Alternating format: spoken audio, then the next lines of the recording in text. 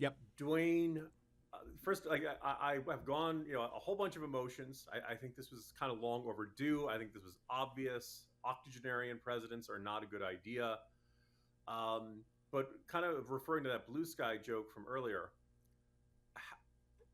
I don't want to say is Biden alive, but it's exceptionally weird to There announce is you're not. something Yeah, not right about this. In fact, I'm going to play. Can you do two segments today if I hold you? sure, sure. Okay. Let's go. I want to play Brett Baer and Martha McCallum on Fox yesterday. Cut number 12. Not physically seeing him even address a camera in Delaware, let alone an Oval Office statement like LBJ did when he dropped out in March of 1968. It is disconcerting, isn't it? Brett, they didn't even release a White House still photograph. Nothing. So are we, I mean, I hope he's fine. But you could forgive people for wondering if we are really living Weekend at Bernie's right now. Like, proof of life, please. Let's see it, okay? We want the president to be okay. I do want him to be able to leave on a note that is high in his mind, right? So that he feels like he had this public service career where he achieved the ultimate, and he's obviously unwell. And so, Looked after him while we were gone. we want him to be a person that can, like, stand on his own 2 feet and look the American people in the eye and explain why he's leaving, because without that, imagine what your allies, your adversaries, your enemies, your military, your voters are all sitting there going, well, wait, so why are you withdrawing? Is it because of health? And if so, please let us know so we can pray for you. Is it because you were afraid you were going to lose? Jim Geraghty, the whole Weekend at Bernie's thing, the letter is digitally signed. There is no still picture of it. I mean, LBJ at least addressed the nation from the Oval and dropped it into the speech he gave at the time in '68. It's weird, Jim, that there's nothing on the schedule today at the White House. There's nothing on the schedule for the rest of the week. Everything is just pending.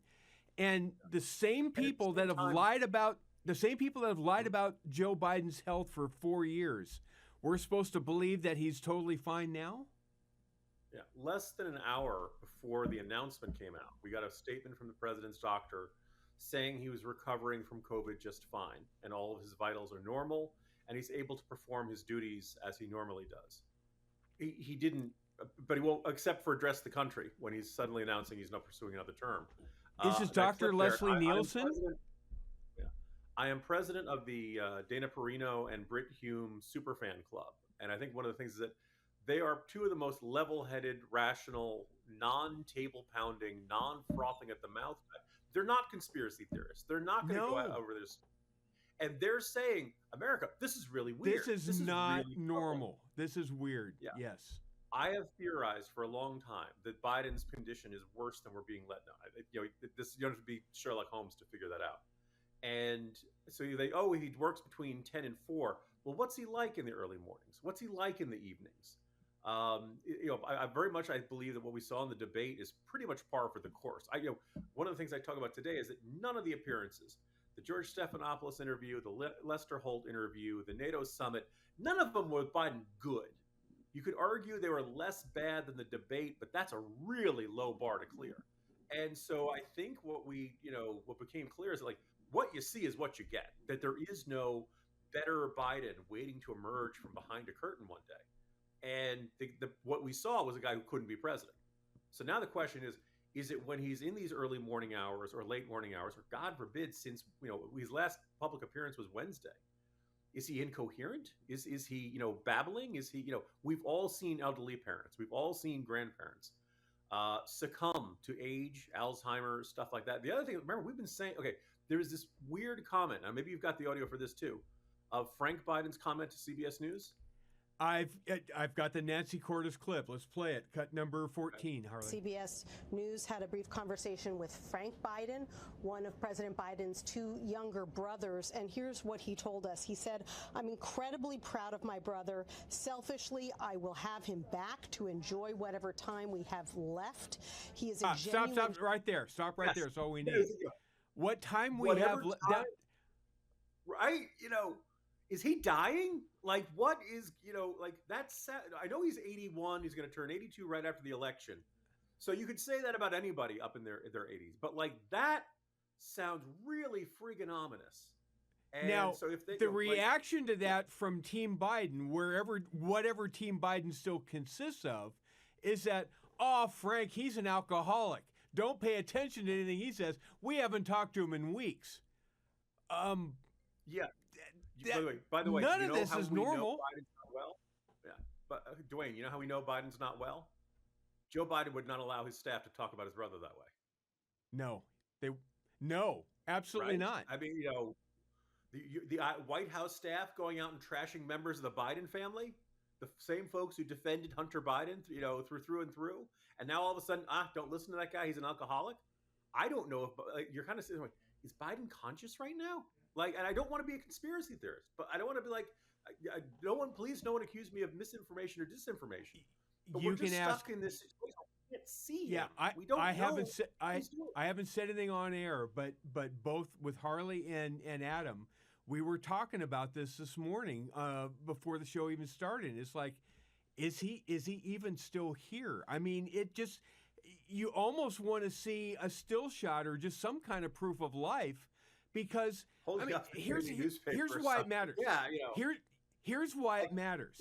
Last Thursday, there was a drone strike into Tel Aviv by the Houthis. There was a counter strike on Saturday that blew up half of or 3/4 of a port in Yemen. It's getting worse.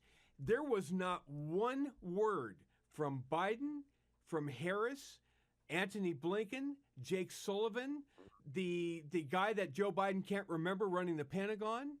There was no U.S. reaction to any of this. Lloyd Austin, for those playing at home, but yes. Oh, that's right. That's right. Yeah. No, but Barton Swain of the Wall Street Journal had a good column, probably a couple of days after the debate, where he made the argument that Biden's problem isn't really his age; it's his constant bad decisions. The age is a problem too. But I think one of the effects of this is that, you and Hugh know what I'm a big advocate and believer in the cause of Ukrainian freedom, repelling the Russians, etc. Joe Biden goes weeks without bringing that up. And I just can't believe that it's not like even before Pearl Harbor, Franklin Delano would go weeks, Roosevelt would go weeks without mentioning the war in Europe. It's just not something you could ignore. It's too important. And Biden, he'll do the NATO summit, but then, 3 weeks will go by before he mentions it again. And this is because the president can do one event a day, maybe two. And he's got to stick to the teleprompter. And the old saying of energy in the executive, he just can't do that much in a day. And I think you see this in U.S. foreign policy. I think you see this in getting stuff passed up on the Hill.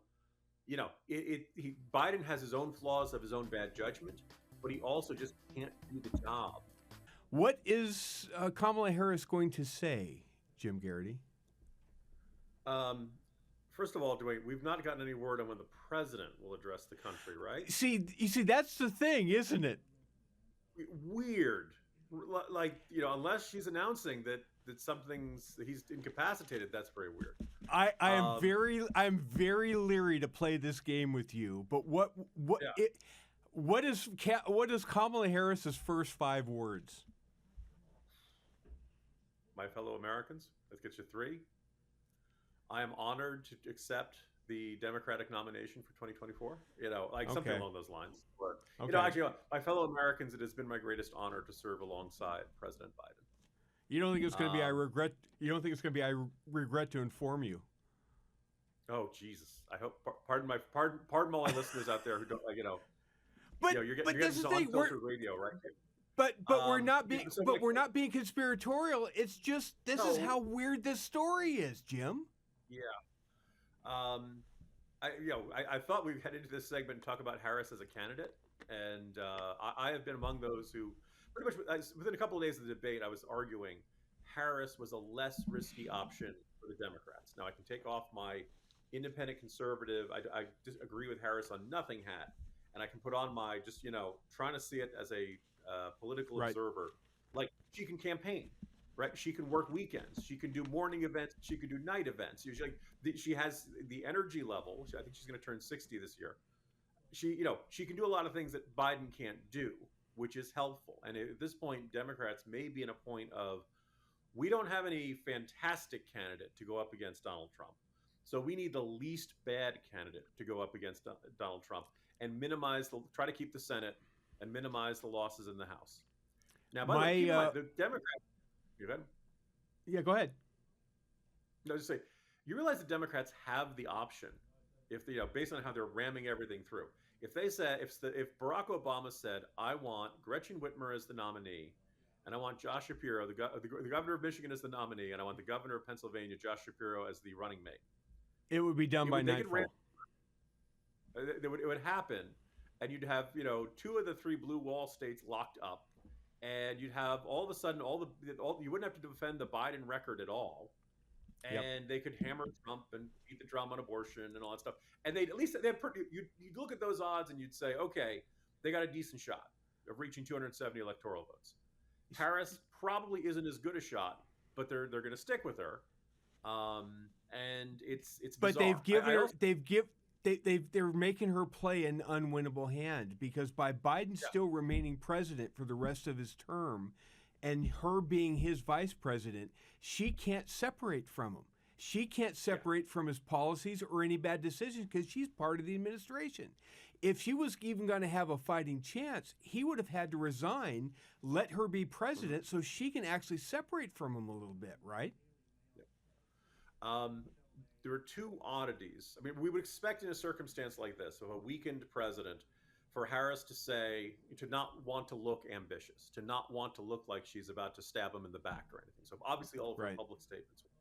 But Dwayne, did you notice that a whole bunch of liberal columnists, commentators, talking heads, folks who have been big fans of Kamala Harris, were not saying it's time for Biden to step down and Harris to take over? And so some of that is lack of faith in Harris winning. But I also think there's a sense that if Harris loses against Trump, that's the end of her career. That's it. That's a good point. And also, Trump will have beaten Hillary Clinton, lost to Joe Biden, and in this scenario have beaten Kamala Harris. It might be another generation before Democrats nominate a woman, because the lesson they will take from this is that we can't get a woman elected in this. They also might say, unless you're Barack Obama, the country just isn't going to elect a African American, black, or half African American, half Indian candidate. By the way, it's also showing that Nancy Pelosi is still very much running the Democratic Party, or very much has influence. This is the power behind the throne, if there ever was.